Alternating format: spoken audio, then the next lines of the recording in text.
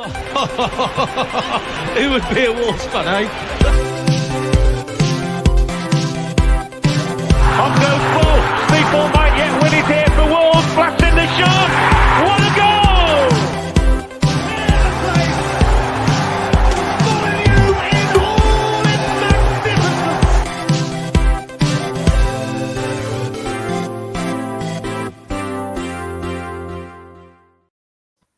Good evening, everybody. Matt Guy here, joined by Gully and Stu. Much like Wolves, we have left it a little late this evening, so apologies for that, but we are here to discuss the 2-2 draw with Franchise FC Chelsea.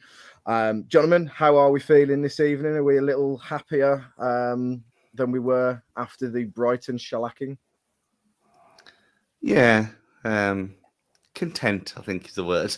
I think it's impossible to not feel a bit better after that shit show, to be honest. Like, surely a draw away at the European champions is an improvement on what we saw at home to Brighton. You'd absolutely think that. Firstly, a bit of housekeeping. We are here. Thank you to Pixel Yeti Media and to 90min.com. So we appreciate their support. And thank you to everybody that is tuning in live as well as listening to this in podcast format. If you do have any comments throughout, drop them in and we'll try and get them read out as we go along as well.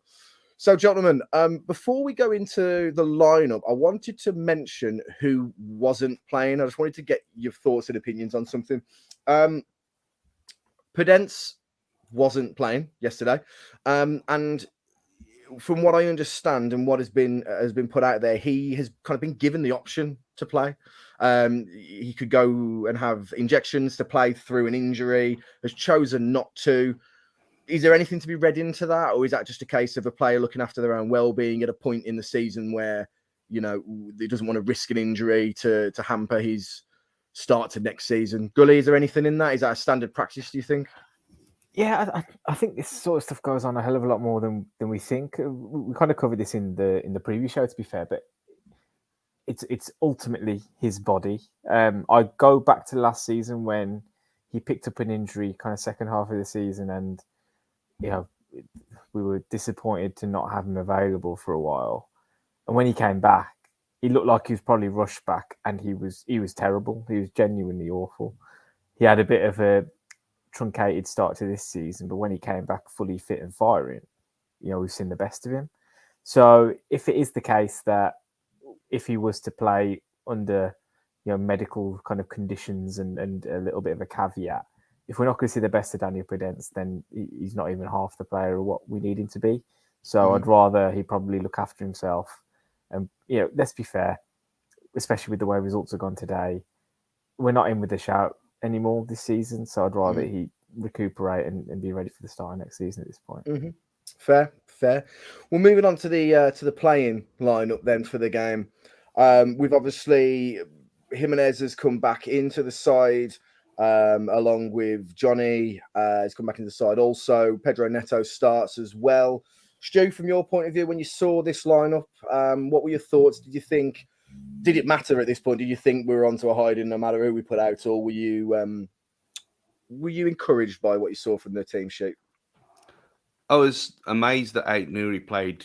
I was convinced that Marcel would return in some form or other after what happened against Brighton, and he seems to have been the whipping boy a lot of the times this season. Whenever anything remotely has gone wrong for him, the rest it's been such a much of a muchness of nonsense and rubbish for the last month that this is probably the least excited I'd got our team lineup. And I checked it at 2 minutes past 2. I mean, normally you're refreshing 5 minutes before and getting all ready and excited. But it got to the stage where I thought, well, they're all as bad as each other. Nothing's going to happen. But so when we saw that comes up and it's like, well, where's Dendoncker going to play this week? That's kind of what was my thought process behind it. And for the first 50 minutes, I still wasn't sure. But yeah, I mean, it was, again, good to see Neto get a start after what's happened to him. And you think, well, Neto and Jimenez might get something like Raul and Jota used to have. Maybe that's going to happen. But again, I wasn't excited, to put it that way.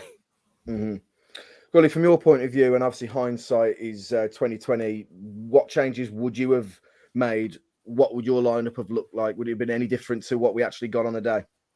It's funny, isn't it? Because I'm just having kind of read through that. I think you're Patricio, Doherty, and Jota away from the team that drew 1-1 at Chelsea, back in that first season, back in the Premier League, with that ridiculous goal where they were 1-2 in all the way up the pitch and whatnot, and we got done in the last minute by Hazard. But yeah, it just goes to kind of highlight how little we've changed the team, doesn't it? But yeah, it just, as Stu kind of alluded to, it was quite underwhelming. It was the safe option, the experienced 11, and after all the talk of Brighton, being a bit of a watershed moment and potentially throwing in some new faces into the team, yeah, it was just a bit like, okay, same old shit, and we'll see how we get on. Thankfully, Chelsea have been pretty crap recently, so maybe we might still pull a result out of the bag, but nothing to get excited about now. Yeah, absolutely. I mean, when the game started, you could see from the off that it was going to be a game actually where Chelsea were going to let us have chances, but at the same time, as the game went on, some defensively we started to look a little shaky. What did you think of kind of the opening salvo, the opening 10-15 minutes? Stu, you're obviously in the ground. Did you were you thinking what beer can I get in the next 15 minutes, or what were you, how was the game panning out for you at that moment in time? Well, other than the first 2 minutes I was in the ground, the traffic in London was ridiculous. I mean, to be fair, we were down there at 10:30 and we still missed kickoff. But yeah, it didn't look encouraging, did it? It was almost like, oh no, there's no outlet here, there's no out ball. Every time we get the ball, there's no option, there's no passing, Ryan. Everything was just as stale as it has been. And I thought, well, you've literally had a week to sort yourselves out, and nothing has changed at all. And I know we've done it quite a few times over the years when we've soaked up a lot of pressure, but there's always been an out ball. And in that maybe the first 10-15 minutes, there didn't seem to be one. Yeah, I mean, a lot of the talk after the Brighton game wasn't necessarily about footballing ability. It was about heart and passion and desire. What did you get from the start of the game, Gully? Did you see some of the warning signs that we had of a bit of an abject, a bit of demotivated Wolves? How did you kind of, with that in the back of your mind, how did you think that we started the game? I mean, at halftime, I tweeted saying the game was almost like a game of walking football. It was just off the pace. There was a little kind of ambling around going on. Even Chelsea weren't really injecting anything into the game to suggest that they were going to overwhelm us in any way. Timo Werner was making his runs as he usually does without really threatening. He pulled one save out of Sarr, I think, early on, but it was just one of those games somebody needed to kind of grab by the scruff of the neck and do something with, but we haven't really got the team to do that, to kind of shake it up. But it felt like a follow-on from the Brighton game in the sense that everything was a bit tentative. Nobody was really sure of themselves. But I mean, I go back to Thomas Tuchel's first game when they played us at their place last season. And the first thing he did straight away, after having beaten Chelsea earlier in that season at Molineux, was stop teams playing, stop teams getting out. And you felt there was a vulnerability there. So I feel like things have gone a little bit sideways for them compared to that stage. And maybe his coaching is wearing off a little bit. But it just it wasn't an enjoyable game at that point, for sure. Yeah, I mean, it wasn't without its drama, I suppose, in the first half at least. We'll bring in our own Peter Walton, Stu Hall here. A couple of the chances that's the best one we've come up with, actually. Peter Walton. You know that bloke that nobody really wants to hear from. Is that and here he is. I'm going on the beer machine again. To the nation. Well, obviously there was two contentious decisions in the first half that both fell in Wolves' favour. One offside decision, which is well, it's clearly offside. No issues there. But the disallowed goal where Saces dramatically fell to the ground as he's lost his man where, you know, objectively, Stu, what were your thoughts on that when you saw it? Did you get a good view of it yourself from your seat in the ground and watching it, the highlights since? What were your thoughts on it? Yeah, it was right in front of us. At the time, I thought, well, that's a foul. But then at the back of your mind, you think, well, it's Chelsea against us, so it's probably not going to be given as a foul. Because it's almost like we've been accustomed to getting the raw end of things with these kind of situations and these decisions against big six aircraft sides. Yeah, I mean, the offside was the biggest problem is with that first half was how long things took. Yeah, it took ages, didn't it? I mean, the offside was blatantly offside anyway, straight away with a naked eye from behind the goal. You could see that it was offside, and it took about 4 minutes, I think, Well, something like that. The thing was, they checked 2 offsides in that phase, and they didn't need to, because the second offside was so offside. They didn't need to spend so much time on the first one. I don't know if there's a sequence of these things. They've got to do it in a chronological order, but it must have felt like an eternity in the ground, much less watching it on some nefarious street. Yeah, I mean, you had Blake standing next to me. I mean, to be fair to him, he had 2 bottles of Old Speckled Hen, gluten-free, obviously, but he still had 2, to be fair to him. And he had... Is that good going for Blake? Is that what you're suggesting? Well, we've said this before, but he's on... The record was when he went point for point with me at Reading in the Championship and then was sick on the couch wheel. And he's never drunk that much again. But yeah, 2 points or 2 bottles is very good going for Blake. Yeah, he was enraged. He started chanting "fuck VAR" and everything, and what is taking us so long and all this kind of thing. But it was just astonishing. We're just standing around because I think we've said all year that this is, well, the last few years, this is the problem with it. No issue with the technology at all, but it's the fact that we got morons using it, which I don't know. Obviously, that's the first time I've heard this about they were checking 2 offsides, which is baffling. You check the one that led to the goal first, because then if that's fine, then you check the one before if that was an issue. It doesn't make any sense, that one. But yeah. The foul was. I mean, it looks worse on when I watched Match of the Day this morning. It looks worse on telly than at the time. It looked like a genuine push, more than a slip and an exaggeration. So in real time, I had no issue with it. But yeah, it looks he's got away with one. Let's put it that way. There was another kind of unhighlighted decision. Well, it wasn't a decision, and that was the problem, really. And that was Azpilicueta not seeing red. I said at the time, and then in the group chat, Dan had mentioned it as well, that Azpilicueta was already on a yellow when he's checked his man with his elbow for the first yellow.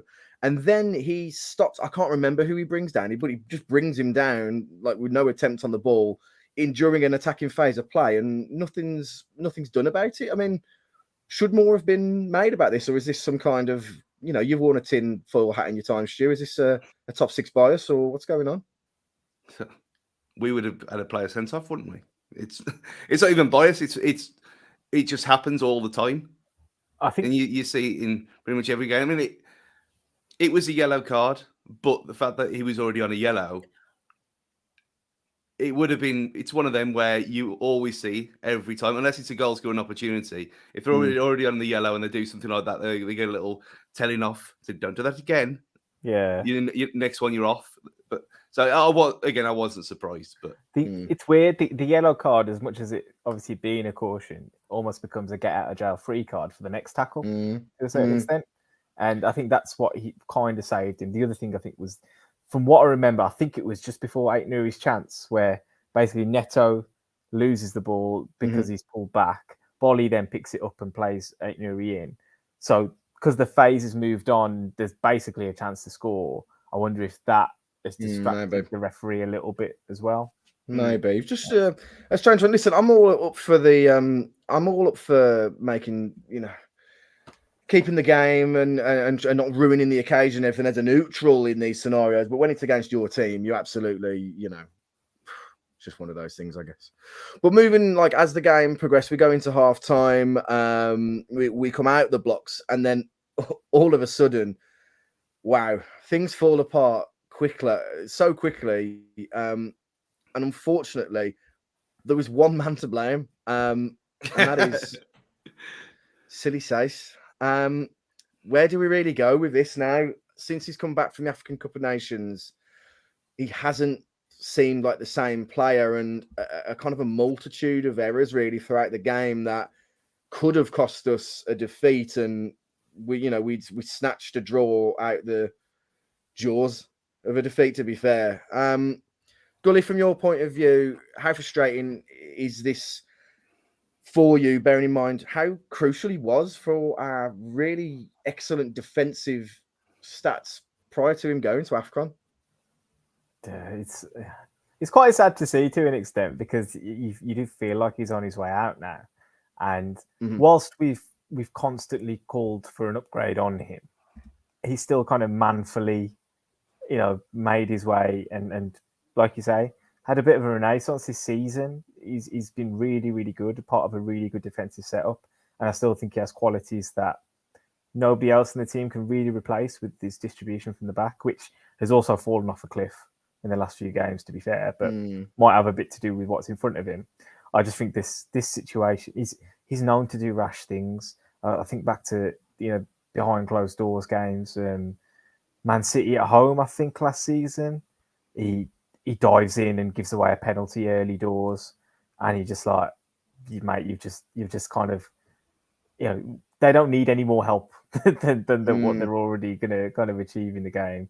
And with this one, I just thought, if you're going to try and run the ball out of play, make sure it's not someone like Lukaku who's going to be challenging you, because he's a pretty big lad. He might just muscle you off the ball. That's what ends up happening, and he just panics then, doesn't he, once he's on the ground? But it's not even a veiled attempt at a tackle, is it? It's just awful. I mean, Stu, it must bore your piss to see this and be a constant thorn in our side when actually we were holding on. Defensively, we gave some chances away, of course, but we were still in the game. And then something that isn't a mistake. It is like a conscious decision for him to kind of kick out at him to try and essentially rectify his own error. It's just not good enough, is it? No, I mean, I've got tablets to stop the piss balling anyway, but it's almost like we need tablets to get rid of Sace now, because it's gone too far. I mean, you can list them off like Palace, where he got himself sent off for no reason at all away. Things like that, and he's throughout his whole Wolves career, he's had patches like, even when he was in midfield, he'd have months where he was superb, and then he'd have something mad had happened, and then he'd go for weeks and weeks being shit, and then he'd get replaced, and it's like a cycle of madness that I don't know why it happens.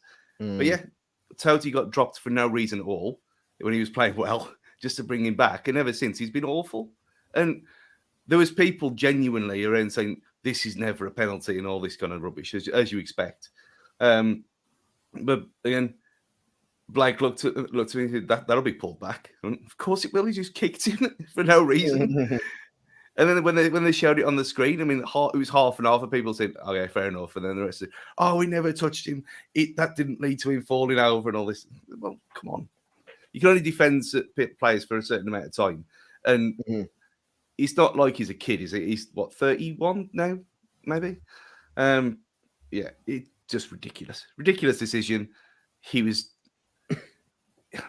was almost like, I mean, he got lucky earlier in the first half, like we already mentioned. And it was almost like he was waiting to do something in that game. Like something mad was going to happen to him. Like when we used to have that bet every week, they were about in the accumulators booking Sace every week, and I think some of us made a bit of a killing off that for certain seasons, but because he's got that madness in him, and for a long part of the first half of the season, it was gone. But since he's come back, it's been back with a vengeance. And like that comment just on the screen, I do think he probably has played his last. I hope he has played his last game for Wolves, because now, like Gully said, we've got nothing to play for now. Just give Coady a run, or go to a back four, which either way he's not going to be a part of. So it's been a brilliant servant, fair play, 200 plus games, but now it's time to say goodbye. Unfortunately, just the way it is.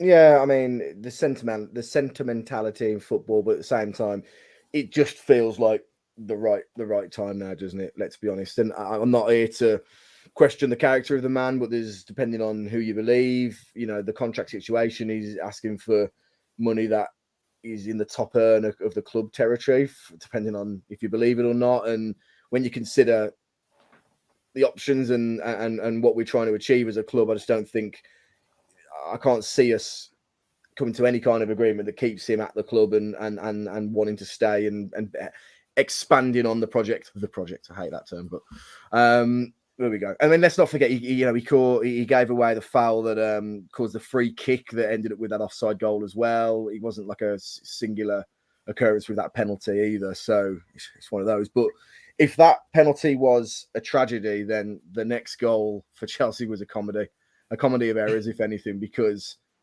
good God, we don't make it easy for ourselves. Was it 2 minutes later, I think? I mean, fair play to Lukaku.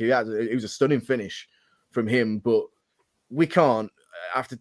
Coady, you concede. What do? You just hunker down. You don't do anything stupid, and you ride out the next 5 to 10 minutes, don't you? Or do you? I don't know. And we concede after another 2 minutes. It's got to be one of the most frustrating things when you've still got a foothold in the game to concede a goal like that. What were your thoughts on the second goal for Chelsea? Yeah, I mean, I guess the most annoying thing for me about it is the fact that Chelsea weren't really that good, and we kind of allowed them to get into a 2-0 lead. Make these teams work hard for especially they've got enough quality as it is.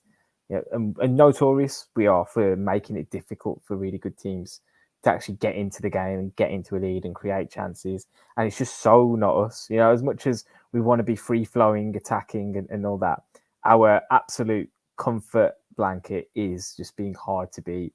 And then you see shit like that happen and it just really disappoints you. And I mean, I've had it going through my head all week. We've been no bollocks FC, haven't we? Like in recent weeks. And we'd lost them in that moment because we'd gone 1-0 down. We're probably feeling a bit sorry for ourselves. There's a stupid moment between Coady and Neves. I don't really know who's to blame there, to be honest, because clearly Cody's looking for Dendoncker with that pass, but a bit of communication goes awry. Great finish, like you say, and guess what? Good players will punish you if you're going to give them chances. But ultimately, you've got to be so disappointed with yourselves at that moment. It's just, and it felt like another, Brighton moment where it's just like, this is going to go on to be 3 or 4 now. At that time, yeah. I mean, I think, for me, I think it's. I mean, why is Coady blasting it so hard in that situation? I mean, because he was trying to get it past him, though. He wasn't trying to pass it to Neves, was he? So it was just mad. Why he could see someone in the way. He's trying to be overly clever for who knows why. And you could see as soon as he went in, he didn't start ranting and raving at anyone like Kasper Schmeichel style. He fully took the blame himself. But yeah, it was just a fuck up worry, basically. It was. Wayne here is, players make mistakes. They're only human. We feel bad. Sure, players feel worse when their mistake leads to a goal. I mean, we're going to discuss in the second half of this show the fight back. But there was an interesting video that came out of the players getting onto the bus prior to the game. I don't know if you guys saw it on Twitter. And some of the replies were absolutely hilarious from Wolves Twitter, basically saying, "Look like you're up for it, lads." This, and I was like, "Well, you can't." I mean, the players can't do right for doing wrong, can they? Really, if it's all joking and they're doing handstands onto the coach, they're not being taken seriously enough. If they've got their heads down and they're focused, they're not taking it seriously enough and they're not up for it. I do feel these are people as well, as higher paid as they are, that shouldn't really factor into it. And we will talk about the mentality of the team in the second half. But I don't know if you guys saw that. Some of the replies were quite golden on a Wolves Twitter level. It was brilliant, wasn't it? I really thought they should have been channeling their kind of inner Gerard Butler. This is Sparta. As they're entering the coach, probably 24 hours before they even kick off. Just literally imagine them smashing the bus up before the game or something, just to really make them feel like, look, we're not angry with each other. There's no bust ups at training. This is how we just take our frustrations out, and we're now going to take it out on Chelsea. But I mean, they probably had the most boring bus journey, known to man, in prospect down into freaking central London or whatever. But yeah, I don't know what people expected them, but what to do. Any ideas? You can if they're not coming out blood sacrificing each other, wearing their own vials of each other's blood around their necks, and they're not they're not bleeding for the cause, and fuck them off. Yeah, I hadn't seen that, but nothing surprises me anymore at all. So just a couple of low highlights performance wise. Jimenez again, invisible really on the pitch. What do you do? What do you do? Is it a case that now we just ride the season out? You talked earlier about giving Gomez a run out. Is it a case just to give Silva the rest of the season? Because Jimenez, not for want of trying, I don't think, but it's just not happening for him, is it, Stu, at the minute? But it is for the ones that try because he doesn't do anything at all. And when he gets the ball and he runs with it, he falls over to try and win a free kick. But his confidence is completely shot. But again, rightly or wrongly, you can kind of put the blame on him as well now because it's not like he's just come back. He's had a whole season and he's played like this for Mexico as well. It's not just for us. And because we don't create anything anyway, he's played like this for his own country. And he's just not the same player anymore. We've just got to accept that that's what it is. He had a horrific injury. This happens to people. Very rare people come back from something this horrific to be the same person, let alone the same player. You can't blame him for doing all his like pimping the merchandise and the sponsorship stuff that he does on Insta. I mean, fair enough, he's got to make a buck somewhere, but he's not making enough money as it is. No, exactly. He's got to. He knows his time's coming to an end, so he's getting his dollar while he can. But he's not good enough anymore. He's had a whole year. He's had a whole season, and let's be honest. He was back. He was back. Over a year ago. He had more than a pre-season, more than anyone else to get fit, to get up to speed, and yet that takes away the heading, but it doesn't take away his feet. His feet are still there. You can understand him not going for things with his head. Fine, completely understandable, but to not put the effort in elsewhere, unforgivable for me. And I think Pricey put the stats about his game on in the group chat as well, and he's a hindrance more than anything else. And what do? Do you give him? I thought, we'll give him a pre-season where now he's wearing a thong with an eye patch on the side of his head. Now that might help him. maybe that's what he needs. But is that going to help him in pre-season with his feet? Because that's the problem. He doesn't score with his feet, and he doesn't look like he's in the right positions. Everything about his game is wrong. Well, if it was me, I'd get rid now in the summer. Just again, it's been great parting in the ways while we can get something for him, and I think it might have just gone stale for him as well. He might just need a change, and I know that won't because of what he brings to the club. Let me ask then. Let me ask now. Monetary wise, we're not gonna. If this was ebbing and flowing like the stock market, his value is pretty low at the moment. As a player, not that compared to other periods in his Wolves career. But Gully, with all the signs point that we're going to play at 4 at the back next season, are you interested at all in seeing what Jimenez can do at a 4 in the back formation, which tends to mean you have more of an attacking presence and more service behind you? Is it worth keeping him on to see if we can get anything out of him in a different formation? I try not to be one for outlandish statements, but for a start, I don't think he's done. I don't think he's done at the club. I don't think he's totally finished. But right at this moment in time, I don't want him anywhere near the team. If he's in the team, I don't want him anywhere near the ball. If he gets the ball, I want him to do the most simple thing possible and just give it to another gold shirt, because at the moment he's failing to do that even. And the common denominator for our 2 goals at the weekend was that Raul was nowhere near getting involved in either of them. And genuinely, in the first half especially, I think, and Brighton was an absolute embarrassment of performance from him. We're playing with 10. We are playing with 10 right now. He is so bad. Whenever he receives it, he's losing the ball. When he's looking for a teammate, he's not finding them. It's just absolutely, write the rest of the season off, Raul, because I ain't being funny. You've had a newborn child. Go and spend some time with them. Like, just have a bit of paternity leave. Happy days. Honestly, I wish you all the best in bringing him up, in the early parts of his life. But right now, the team just does not work with you in it. He had no right to replace Fabio in the Brighton game at half-time. Absolutely no right whatsoever. And I'm disappointed in Bruno for making that decision. But when Fabio receives the ball, he's a much more cohesive footballer than Raul Jimenez right now. Whether you think he's going to score a goal or not, I don't care. He's a better player in transition, in possession, working for the team. And that's it, period, at this moment in time. And people have seen it now as well.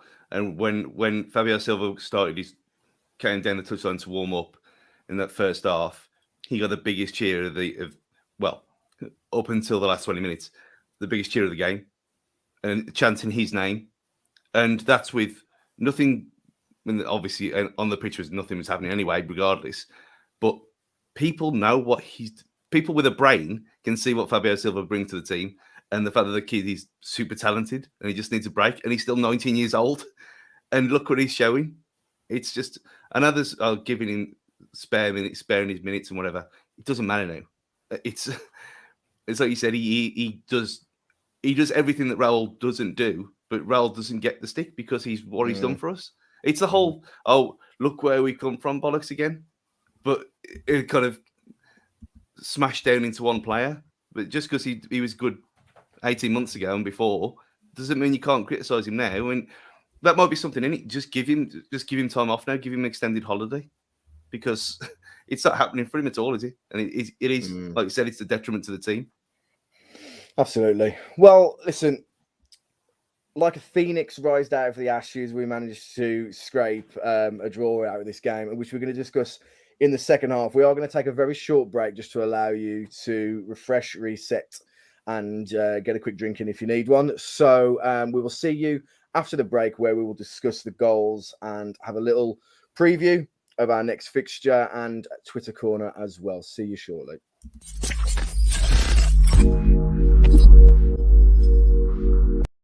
Hi, it's Richard from Wolves Fancast here. Just interrupting today's show before we get back to some questionable opinions and opinionated questions to talk to you a little bit about our sponsors, Pixel Yeti Media. They are a design agency that put you and your business first, from web design, logo and branding design and marketing. If you have any marketing needs, get in touch with them to find out how they can help you get it right. They are over at pixelyetimedia.com.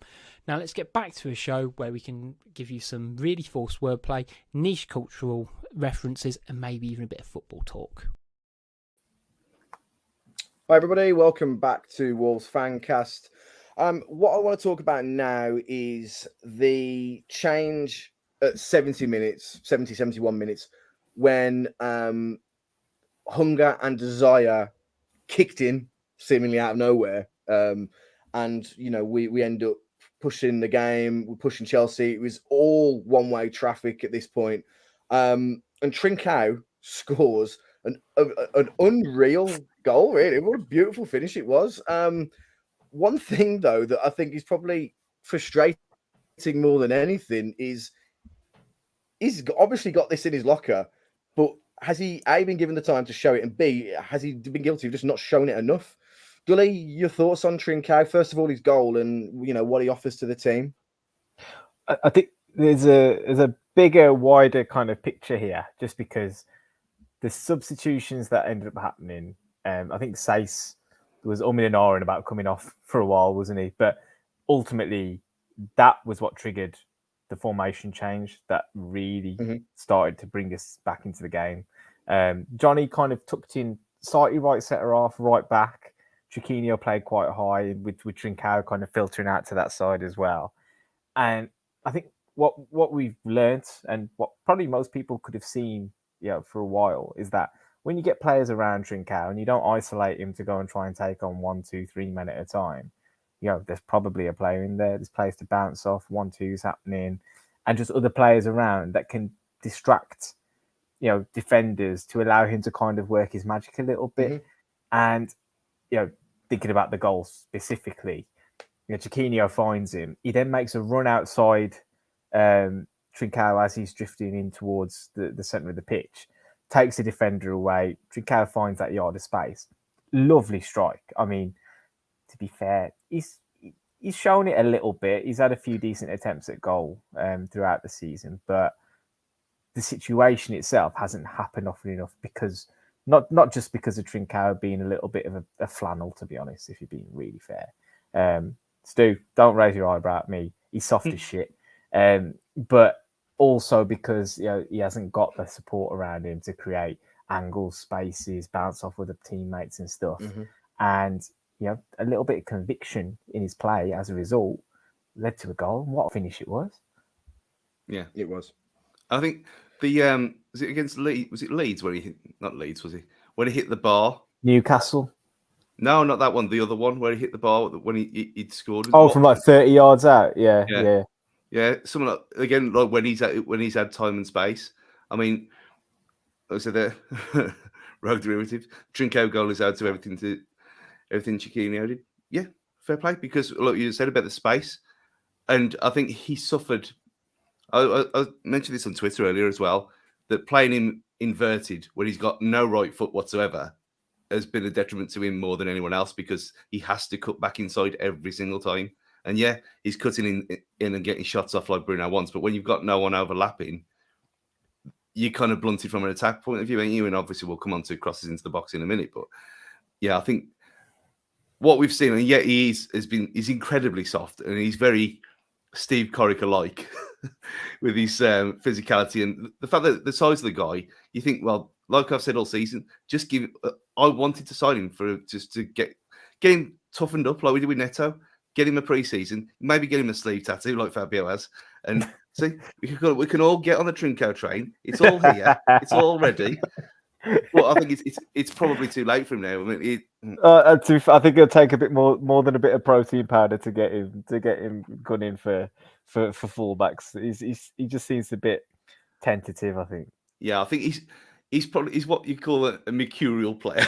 Yeah. I think he probably suits, if we did go 4-2-3-1, he would suit that roaming role in the middle perfectly. But again, his lack of any kind of substance in his body weight has been his problem all season long, and it's what pisses people off. And me praising him all year and wanting him to stay, yeah, fine. But I do understand where everyone else is coming from, because he does need to be a bit stronger. And to be fair, once he scored, he seemed to have a bit about him. He seemed to put himself about. And that second chance he had. That second chance was, it doesn't show it on the if there's a replay from behind the goal, that was an incredible block. It was going in. It was going in. Yeah. And he would have perfectly deserved that goal as well. But yeah, I think it's probably come a bit too late to save him now. Yeah. The thing in the transfer market is the biggest thing with Trincao now, because, Barca have made their position pretty clear on Traore, and that was a big factor in whether Trincao was going to come and stay with us.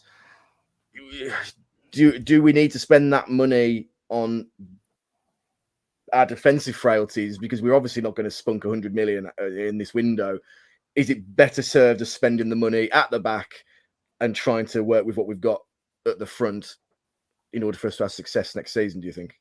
I think we've got so much talent in attacking areas. It feels like it's blindingly obvious to everyone apart from our management team to a certain extent that just having an extra forward in those areas will reap rewards. And to a certain extent, I can understand why they don't necessarily trust our defense to play in the back four. There's a lack of pace there and stuff. But I just think, death by 1,000 cuts. If we can put enough pressure on teams to stop them getting at our defense, with that attacking play, with holding onto the ball, with keeping possession, then it really frustrates me that we have to go away and get points against teams like Chelsea, Liverpool, Man City in the last 4 games, when we could have picked up points against worse teams like Burnley, Newcastle, Brighton, just by being better than them. Otherwise, we've got to pull rabbits out of hats. Leicester have done this for a while now, where they beat the bad teams. Obviously, they're having a very average season this year, but last year, any time you saw them come up against an average team, you saw them scoring 3 or 4 goals, on occasions, and you think, we should be doing that, because we should be trusting our attacking talents to get us out of these situations. We need to give him a little bit more backup there. Yeah, I mean, one player that we need to talk about, Chiquinho. Obviously, he's impacting the game, sensational. Why hasn't he been given more game time? Do we think? Is it just the fact that he hasn't been here longer than some of the players? He hasn't got the trust yet of the manager. Do you think it's a case that now he's clearly had an impact so far? Is he like the second highest assister in the team or something stupid like that now? He has to start the next game, surely. Well, he's got 3. He's joint top. He's got 3. It says it all. Mad, isn't it, that? I mean, every time he's come on, he's looked good. Which, again, like with a bit with Fabio, managing your minutes. But how old is he? 22? And he's come from a league that's not as good as the Premier League, obviously, but still, he seems to have adapted very well in these little cameo appearances, and they couldn't live with him. He looked. I know it's me slagging Troyer off again, but having someone cross into the box like that, but not just for the goal, he caused them. They were terrified of him, and he was within minutes of coming on. Him and Martino doing little flicks to each other. For someone who's hardly played to have that confidence away at Chelsea, when you're already losing, you need to get something out of the game. Fair play to him. I don't know where he's been all season. I mean, I said that on certain other things that I was on, but he has to start. There's no other option. He has to start for me. And if you have to put Wang on the other side, no, who knows? No, please. I mean, that where he rolled himself back onto the pitch and then fell over when we were chasing the game, trying to you could do a whole layer on Wang and that whole situation, but yeah, Chiquinho has to start now. Like we said, Chiquinho and Fabio now for the rest of the season. Don't care. They have to start. Gully, any advances on that? I fucking love this kid, man. I love him. Like, he's talking about no bollocks FC. He's got enough to share around, hasn't he? Like, he's just absolutely fearless. He reminds me of Jota, like, because he had a pair on him. He'd just take on anybody, regardless of how shit he was playing. Or he just what the first thought in his head is just be positive, do something that will impact the game. And every time he comes onto the pitch, he just wants to impact and influence the game. And there's a rawness to his game, and he's a little bit, maybe he's just a bit too intense. Maybe sometimes, and maybe he needs to take a second at the times to do something. But every time he's played, we've been chasing the result, chasing the game. So that 100 miles an hour kind of attitude is really, really useful. I mean, the cross for the goal, the equaliser, absolute peach. And we haven't seen that quality of crossing at all this season. The only thing I would say is, my brother made a good point to me. He was at the game yesterday as well. There's probably no point in starting him if we're going to not have players in the box to attack the deliveries that are going to be coming in, or players in the final third, because then he'll probably just run down blind alleys, much like Traore might have done, to a certain extent. But I just think, again, going back to the point, players like Totti, players like Fabio, players like him, who's going to gain the most from the remaining 3 games this season? It's them. That and I'm there for them having every single minute that remains. Is it to their detriment that he happens to be against City and Liverpool? Well, he threw Gundogan against Spurs. I know it's true. It's not exactly the same, but even still, he's another one who'd benefit more. I mean, you look at him in the other 23s the other day, and he was running the show. He's so good at that level. The complete opposite of what he was at Newcastle, where he was terrified. I mean, obviously he didn't have much to pass to it as well, but which didn't help. But he probably played more forward passes in the first 10 minutes of that under 23s game than he did for the whole 90 minutes at St James's. But yeah, he's another one. And how ridiculous Dendoncker was at times. But he's another one.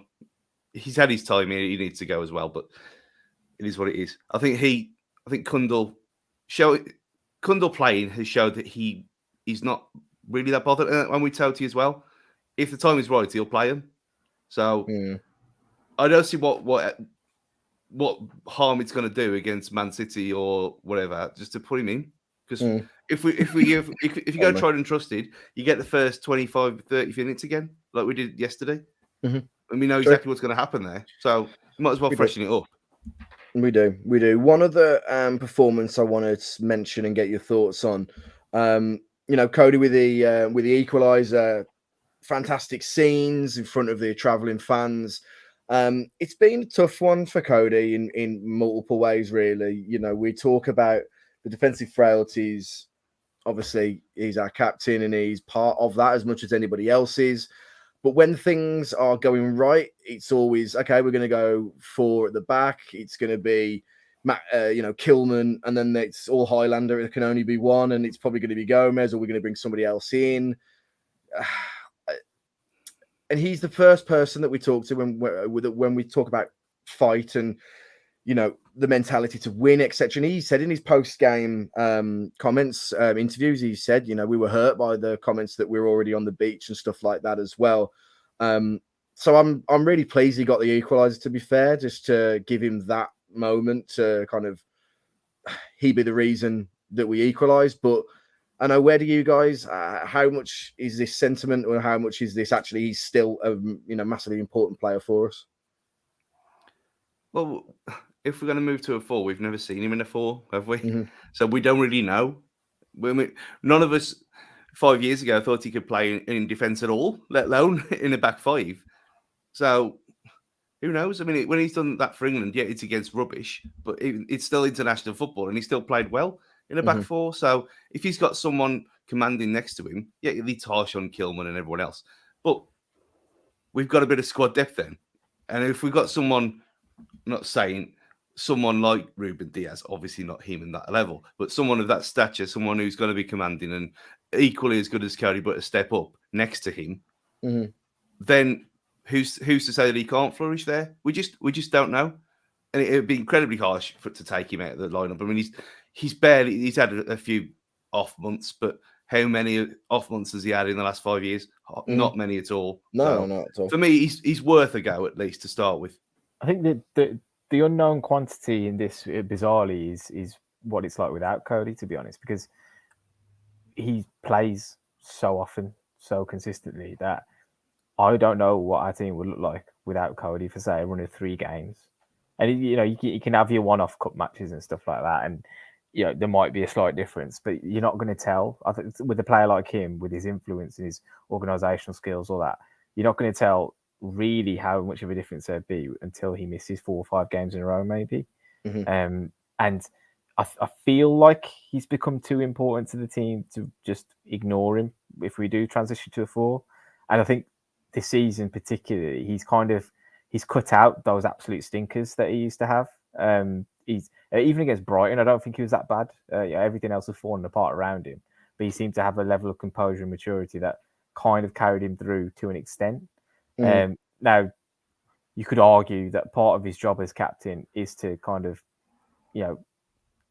give the troops a lift when things aren't going well for us. And we've been behind in so many games this season that you could argue that he hasn't necessarily done that.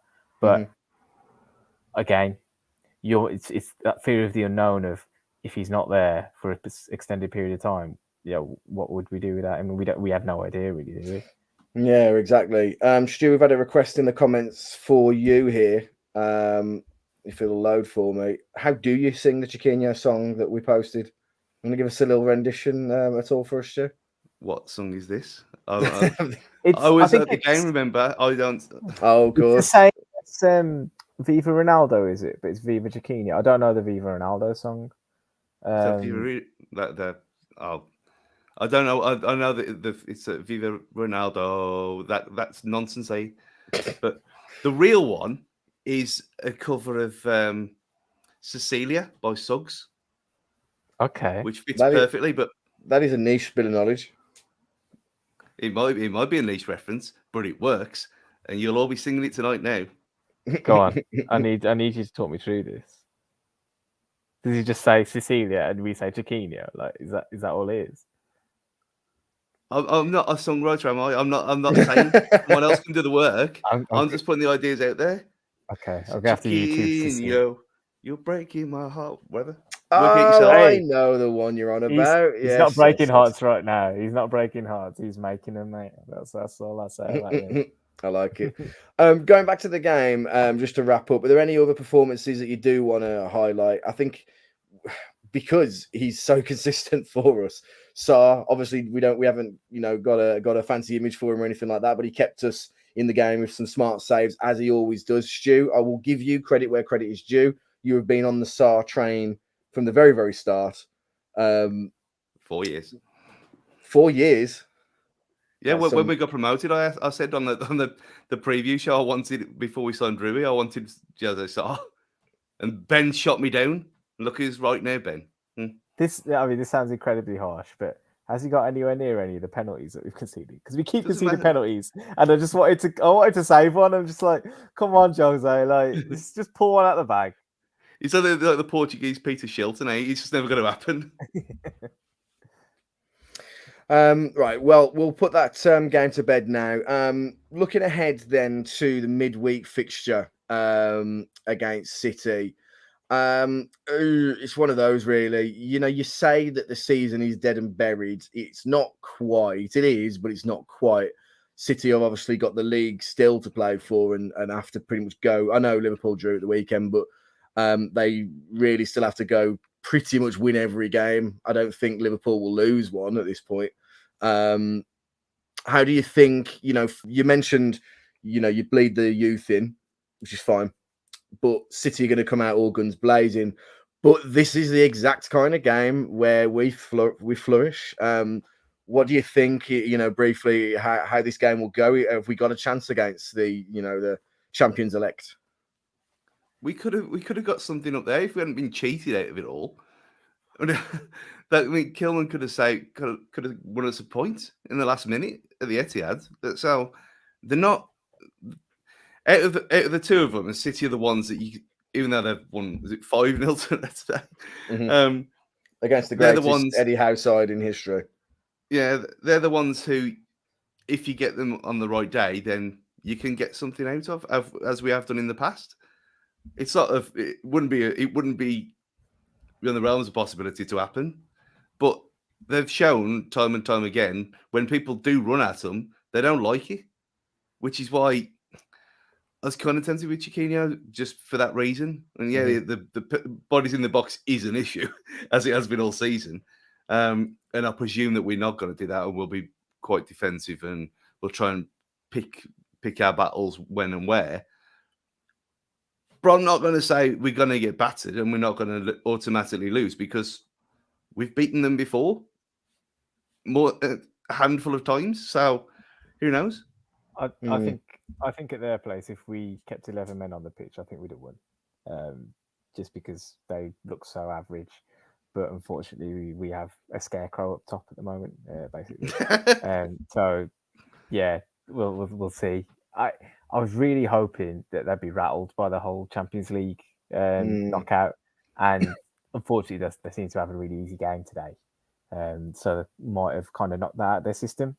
But we've proven time and time again we're a bit of a kryptonite to some of these bigger sides, and I've thought this all along. If Liverpool had to pick a team they wanted to play in the last game of the season, it wouldn't have been us. If Man City had to go away and win a game to kind of extend their lead, they wouldn't choose to play Wolves, just because there are far easier games for them in this league. And I'll kind of hang on to that a little bit. But like you say, the tried and tested, it worries you a little bit that there's going to be something rash again. And there's no reason for us not to freshen things up and blood those players into what we expect of them, with a view to them starting games next season. Absolutely.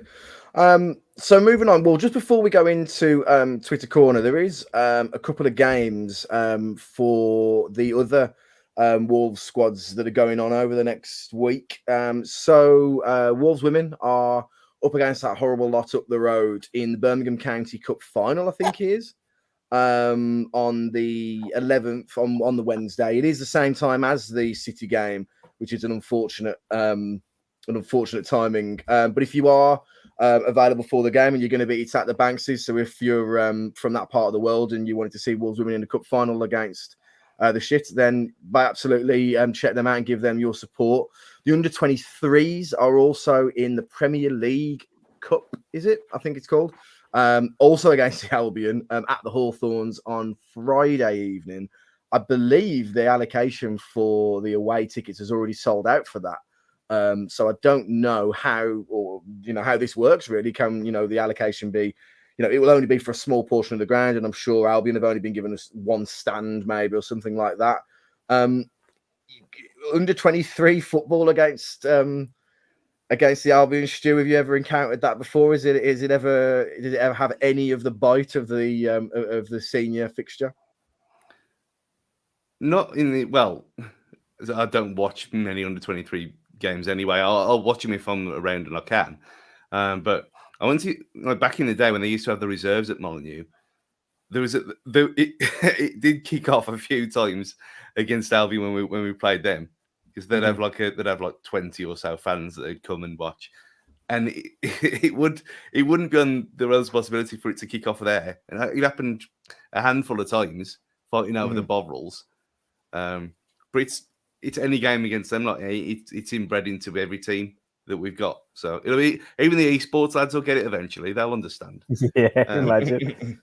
To be fair, I mean, to both teams, I mean, Wolves women clearly having a really great season.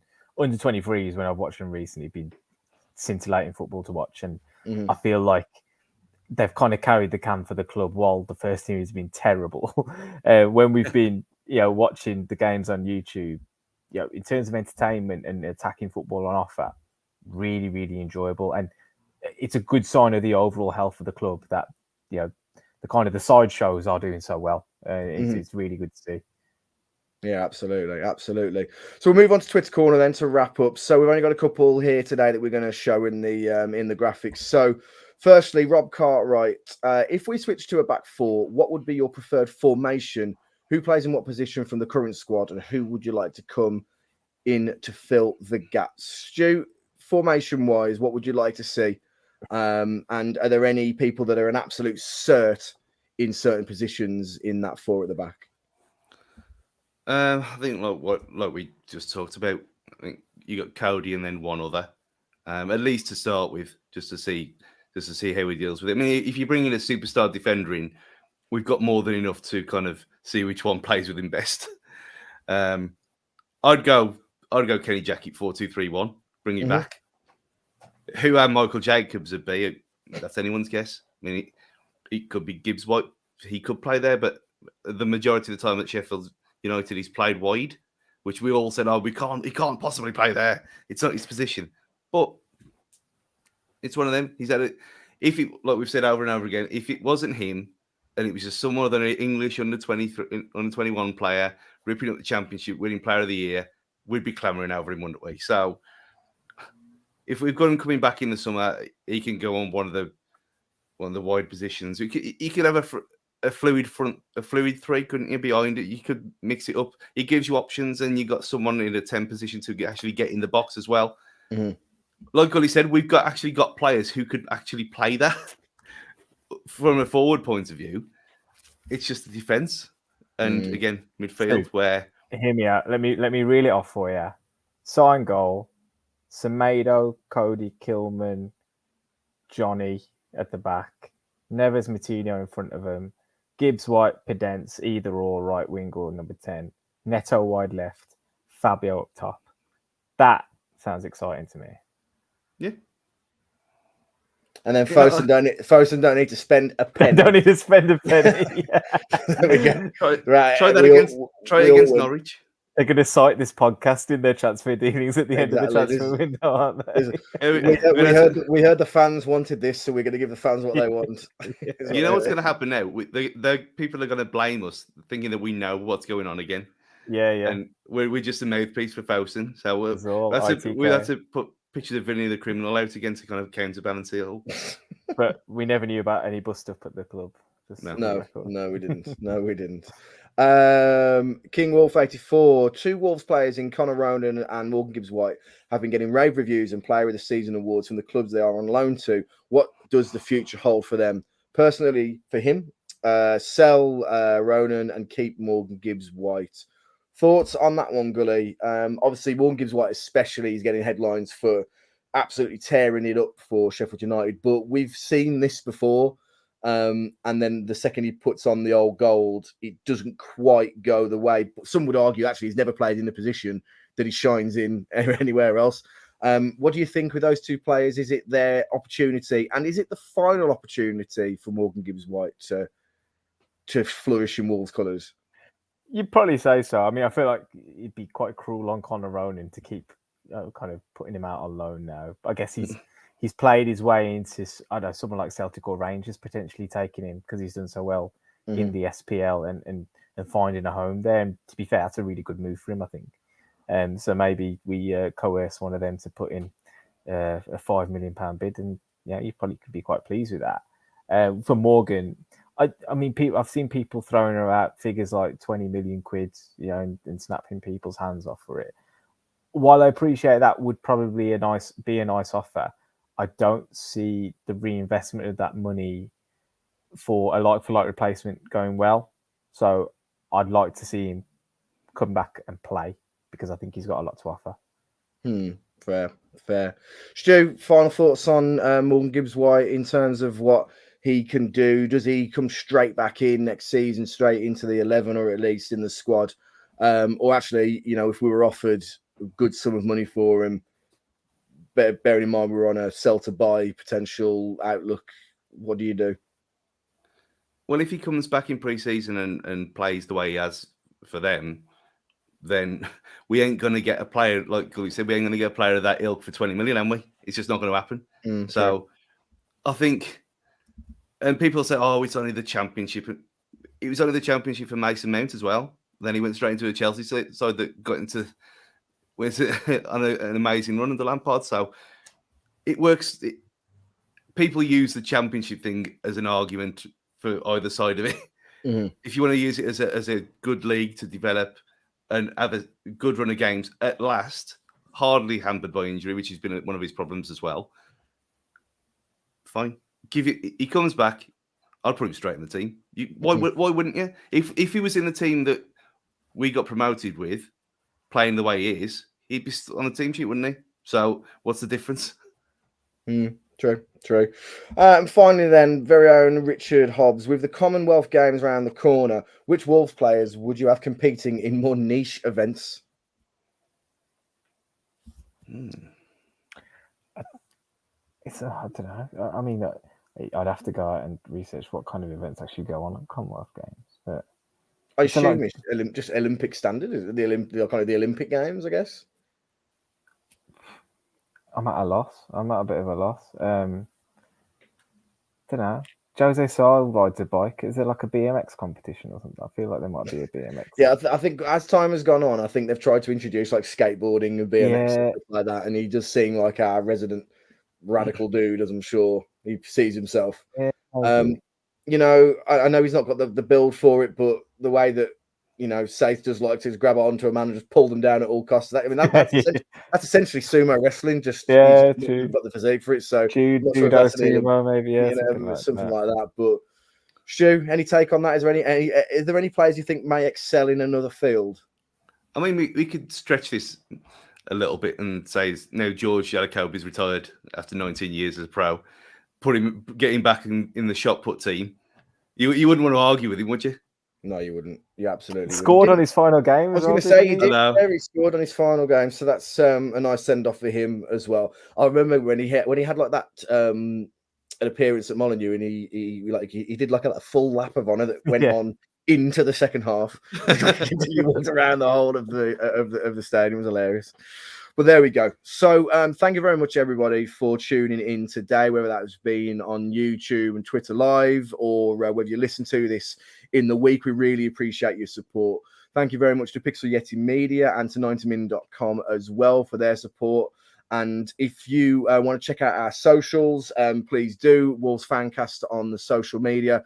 Gully, he has a fantastic series of his tactical analysis, which is really in depth and explains in a lot more detail than I can about how we've played and the tactical side of things. We have our our game previews as well. And in the closed season, we are in negotiations about what kind of content that we're going to be doing as well, bringing back a couple of old favorites like Filmcast, mental health episodes as well, stories from the pack. There's going to be a lot going on in the closed season as well. So make sure that you're subscribed and have your notifications on to get all the information about that. But for now, Stu, if you want to say goodbye. Yes. Enjoy your week, everyone. Goodbye. Gully, if you want to say goodbye. Why is it funny when Stu says something like that? I didn't say anything wrong there. You know what? I think it's, you know what? No, I'm going to shield cage fighting now. Gully, you've bought this on yourself.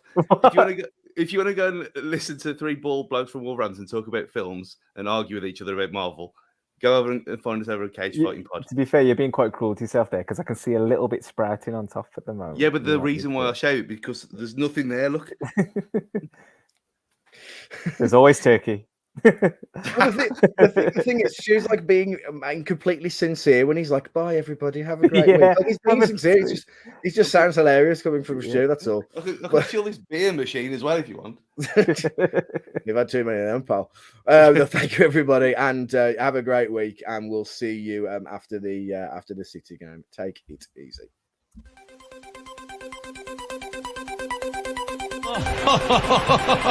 It would be a Wolves fan, eh? On goes ball. Speedball might yet win it here for Wolves. Flash in the shot.